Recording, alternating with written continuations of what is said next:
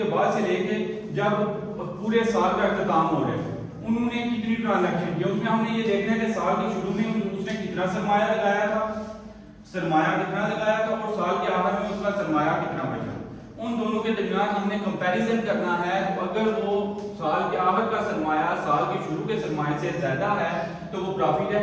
अगर साल के शुरू का सरमाया साल के आखिर के सरमाए से कम आ जाता है तो हमारा वो लॉस की सूरत में शुरू होता है। अब दो चीजें हो गई कि हमने शुरू का सरमाया देख लिया, आखिर का सरमाया देख लिया, उन दोनों को कंपैरिजन कर लिया। अब साल के दौरान भी एक बंदा जो ऑनर है वो कारोबार में कोई पैसा डाल सकता है और कोई पैसा निकाल सकता है। अगर वो पैसा साल के दौरान बिजनेस में लगाता है तो वो भी वो लेस कर लेगा, और अगर कोई पैसा निकलवाता है तो वो ऐड कर लेगा। मतलब ये कि हमारा एक सादा सा रूल बन जाएगा statement of profit and loss. इसमें हम जो है वो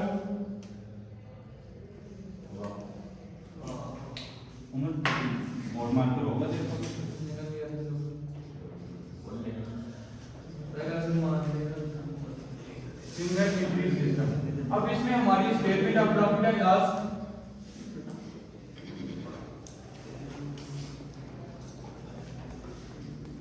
इसमें सबसे पहले हमारा क्लोजिंग कैपिटल आएगा plus minus cash capital minus opening capital.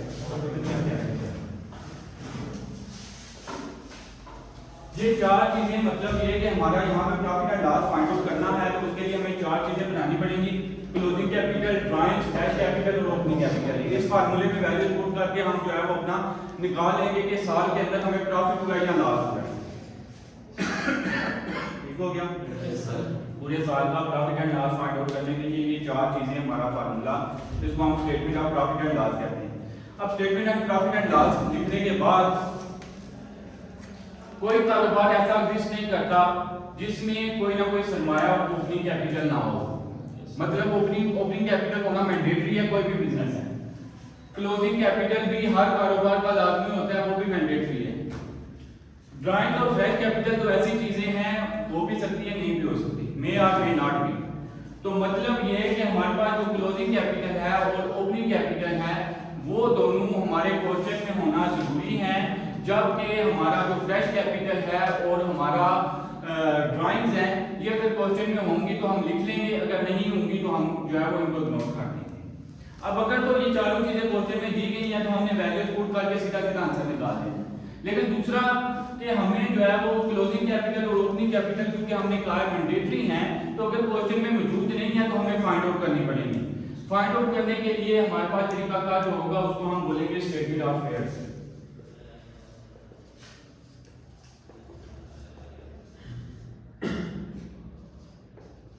Statement of affairs, statement of affairs क्या है कि अगर हमें ओपनिंग कैपिटल फाइंड आउट करना है तो ओपनिंग स्टेटमेंट ऑफ अफेयर्स बनाएंगे, अगर हमें क्लोजिंग कैपिटल फाइंड आउट करना है तो क्लोजिंग स्टेटमेंट ऑफ अफेयर्स बनाएंगे। ओपनिंग स्टेटमेंट ऑफ अफेयर और क्लोजिंग स्टेटमेंट ऑफ अफेयर में फर्क क्या होगा कि ओपनिंग जो होगी स्टेटमेंट ऑफ अफेयर उसमें हमारा जो है वो ओपनिंग एसेट और ओपनिंग लायबिलिटीज देखी जाएंगी, और जो क्लोजिंग स्टेटमेंट ऑफ अफेयर होगा उसमें साल के आखिर की लायबिलिटीज और साल के आखिर का जो हमारा एसेट्स होंगे वो कंपैरिजन किए जाएंगे। Statement of affair balance sheet की तरह एक स्टेटमेंट होती है। अब बैलेंस शीट में तीन चीजें आती हैं, एसेट्स, लायबिलिटीज एंड कैपिटल, और यहां पे हमें फाइंड आउट करना है कैपिटल। और हमेशा होता क्या है कि लायबिलिटीज और कैपिटल को प्लस करें, जो हमारी अकाउंटिंग इक्वेशन भी कहलाती है asset equal to liabilities plus capital. मतलब यह है कि अगर हमने इसमें से कैपिटल फाइंड आउट करना हो क्लोजिंग कैपिटल तो हमारे पास एसेट्स साल के आखिर के एसेट्स और लायबिलिटीज हो तो हम कैपिटल फाइंड आउट कर सकते हैं।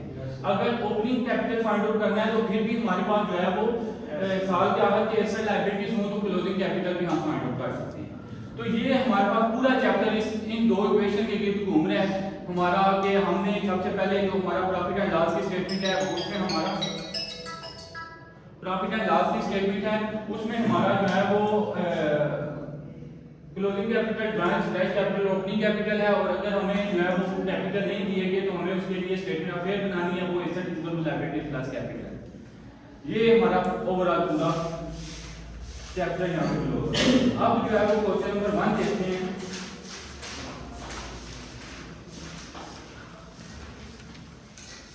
अब उसमें क्या है, a trader keeps this 43 page है। A trader keeps his book by the single entry method. The position on 31 December 2021 was as follows: cash at bank 6000, stock 40000, debtor 60000, machinery 1 lakh. अब ये सारे के सारे एसेट दिए गए हैं एंड क्रेडिटर्स 46000 और क्रेडिटर जो है वो 46000। This position on 31 December